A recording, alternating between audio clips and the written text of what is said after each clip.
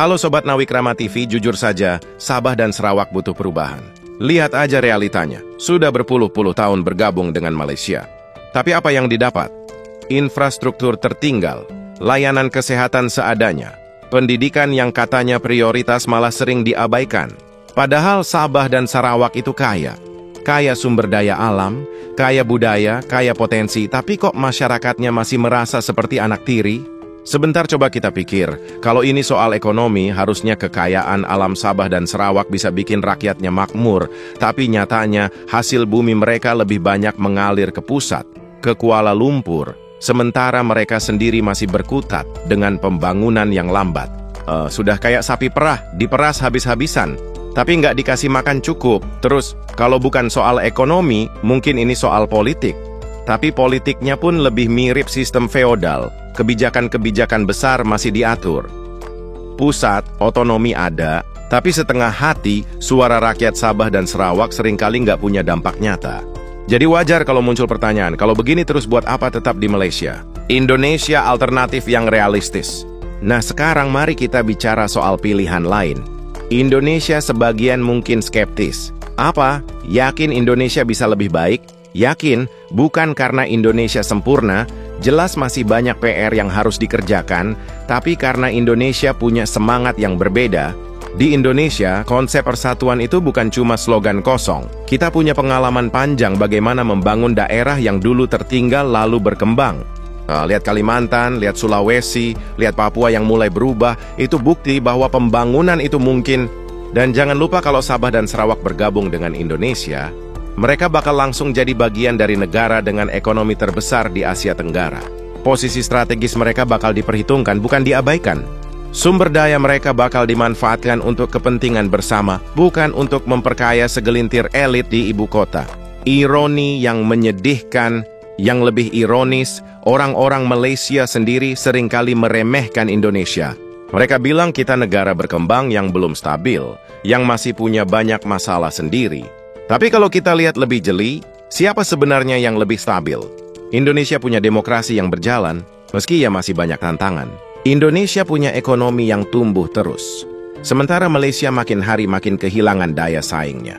Dan yang paling penting, di Indonesia, kita tahu bagaimana memperlakukan daerah kaya sumber daya. Lihat Kalimantan Timur yang sekarang dipilih jadi ibu kota baru, bukan Jakarta, bukan Jawa, tapi Kalimantan. Itu bukti bahwa pembangunan nggak harus terpusat di satu tempat. Jadi, apa pilihannya? Tetap jadi bagian dari Malaysia yang terus-menerus mengabaikan hak dan kebutuhan rakyat Sabah dan Sarawak, atau mencoba jalan baru bergabung dengan Indonesia yang meskipun punya tantangan sendiri, jelas lebih menghargai setiap wilayahnya. Ini bukan soal nasionalisme, ini soal melihat kenyataan jika Indonesia bisa memberikan kehidupan yang lebih baik. Kenapa harus ragu?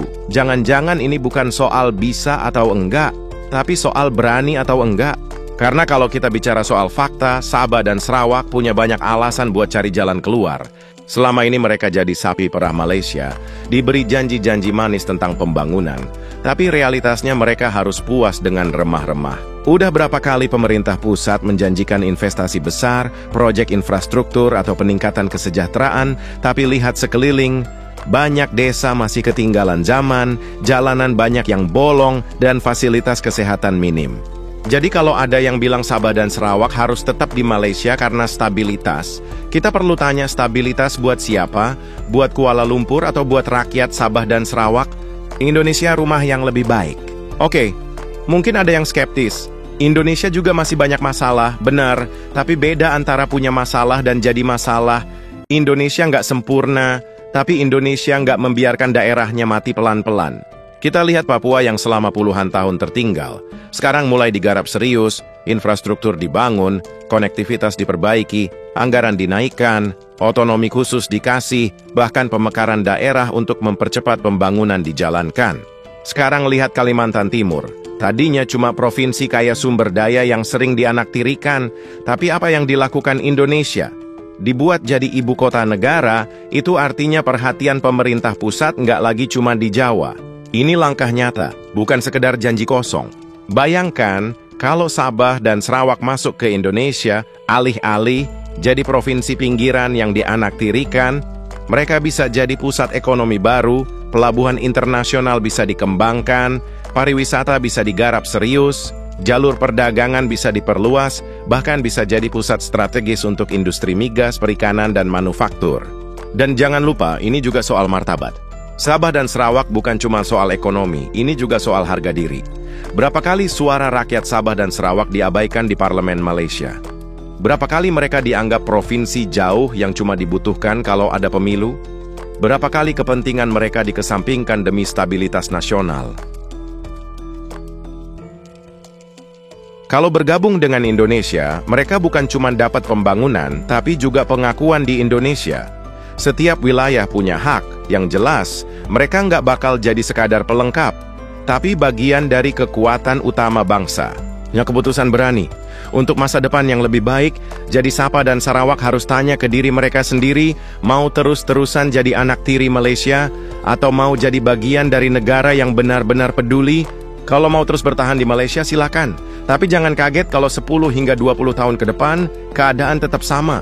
Jalan masih berlubang, sekolah masih kekurangan guru, rumah sakit masih minim fasilitas, dan suara mereka tetap nggak didengar. Tapi kalau mau perubahan, kalau mau masa depan yang lebih baik, kalau mau jadi bagian dari sesuatu yang lebih besar dan lebih berarti, Indonesia siap membuka pintu, tinggal berani atau tidak. Pertanyaannya sekarang simpel, berani atau tidak? Karena mari kita jujur, kalau Sabah dan Sarawak memutuskan buat keluar dari Malaysia, pasti bakal ada tekanan besar dari siapa? Ya, jelas dari pusat kekuasaan yang selama ini menikmati hasil keringat rakyat Sabah dan Sarawak, tanpa pernah benar-benar membalasnya. Mereka bakal ngomong soal persatuan, soal stabilitas, soal kesetiaan, tapi mari kita tanya balik, persatuan buat siapa? Stabilitas buat siapa? Kesetiaan pada siapa? Sabah dan Sarawak nggak pernah benar-benar jadi prioritas di Malaysia, itu fakta. Bukan sekadar asumsi atau propaganda. Lihat angka kemiskinan, lihat infrastruktur, lihat investasi, Kuala Lumpur tumbuh pesat, Johor maju, Pinang berkembang. Tapi bagaimana dengan Sabah dan Sarawak tetap di posisi yang sama sejak 1963? Jadi kalau ada yang bilang, tapi kita sudah bagian dari Malaysia sejak lama, mari kita jawab. Dan apa yang kita dapat dari itu? Apa Indonesia bisa menjadi rumah yang lebih baik? Oke, mari kita jawab pertanyaan, kritis Indonesia lebih baik dari Malaysia. Jujur saja, Indonesia bukan negara yang sempurna. Kita punya banyak tantangan, korupsi masih ada, birokrasi masih sering lambat, dan pembangunan belum merata. Tapi satu hal yang pasti, Indonesia punya komitmen buat berubah. Lihat apa yang dilakukan Indonesia dalam 1 dekade terakhir. Infrastruktur besar-besaran dibangun, jalan tol lintas Sumatera, lintas Kalimantan, lintas Sulawesi, semuanya bukan sekadar wacana, proyek strategis nasional terus jalan, investasi masuk, ekonomi berkembang, ketimpangan perlahan mulai berkurang. Dan yang paling penting, Indonesia nggak takut buat memberi otonomi lebih kepada daerah-daerah yang membutuhkan. Papua contohnya. Dulu dibiarkan begitu saja, sekarang dapat perhatian besar. Dulu cuma ada 1 provinsi, sekarang dimekarkan biar pembangunannya lebih cepat. Dulu harga BBM selangit, sekarang disubsidi. Biar sama kayak di Jawa, itu yang namanya perubahan. Kalimantan sudah waktunya bersinar, ibu kota baru di Kalimantan Timur. Bukan sekadar pemindahan kantor pemerintah, itu strategi jangka panjang buat memindahkan pusat pertumbuhan ekonomi dari Jawa ke luar Pulau Jawa. Supaya pembangunan merata, supaya nggak ada lagi daerah yang dianaktirikan. Sekarang bayangkan kalau Sabah dan Sarawak bergabung dengan Indonesia, mereka nggak cuma bakal jadi provinsi tambahan, mereka bakal jadi bagian dari strategi besar buat menjadikan Indonesia sebagai kekuatan utama di Asia Tenggara. Pelabuhan besar bisa dikembangkan, jalur perdagangan baru bisa dibuka, pariwisata bisa digarap serius, dan yang paling penting, rakyatnya bakal punya suara yang benar-benar didengar. Tapi apa Malaysia akan membiarkannya? Jelas tidak, Malaysia pasti akan menolak keras ide ini, karena mereka tahu kalau Sabah dan Sarawak pergi, Malaysia kehilangan 2 wilayah yang selama ini jadi mesin uang mereka. Mereka bakal pakai segala cara buat menekan, propaganda bakal muncul, media bakal bilang ini gerakan separatis, pemerintah pusat bakal janji pembangunan lebih baik yang selama ini nggak pernah benar-benar mereka tepati. Mereka bakal main politik, bakal menekan elit lokal, bakal pakai segala taktik buat memastikan Sabah dan Sarawak tetap di bawah kendali mereka. Tapi pada akhirnya, ini bukan soal Malaysia, ini soal Sabah dan Sarawak. Sabah dan Sarawak harus tanya ke diri sendiri, apakah kita mau terus menunggu janji kosong, atau kita mau ambil langkah berani untuk masa depan yang lebih baik.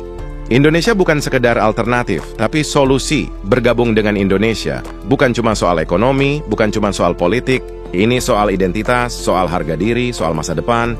Di Malaysia, Sabah dan Sarawak selalu dianggap wilayah pinggiran.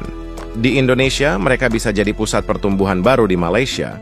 Hasil bumi mereka dipakai buat memperkaya pusat. Di Indonesia, mereka bisa jadi bagian dari sistem yang membagi hasil lebih adil. Di Malaysia, mereka terus-terusan berharap di Indonesia mereka bisa mulai membangun.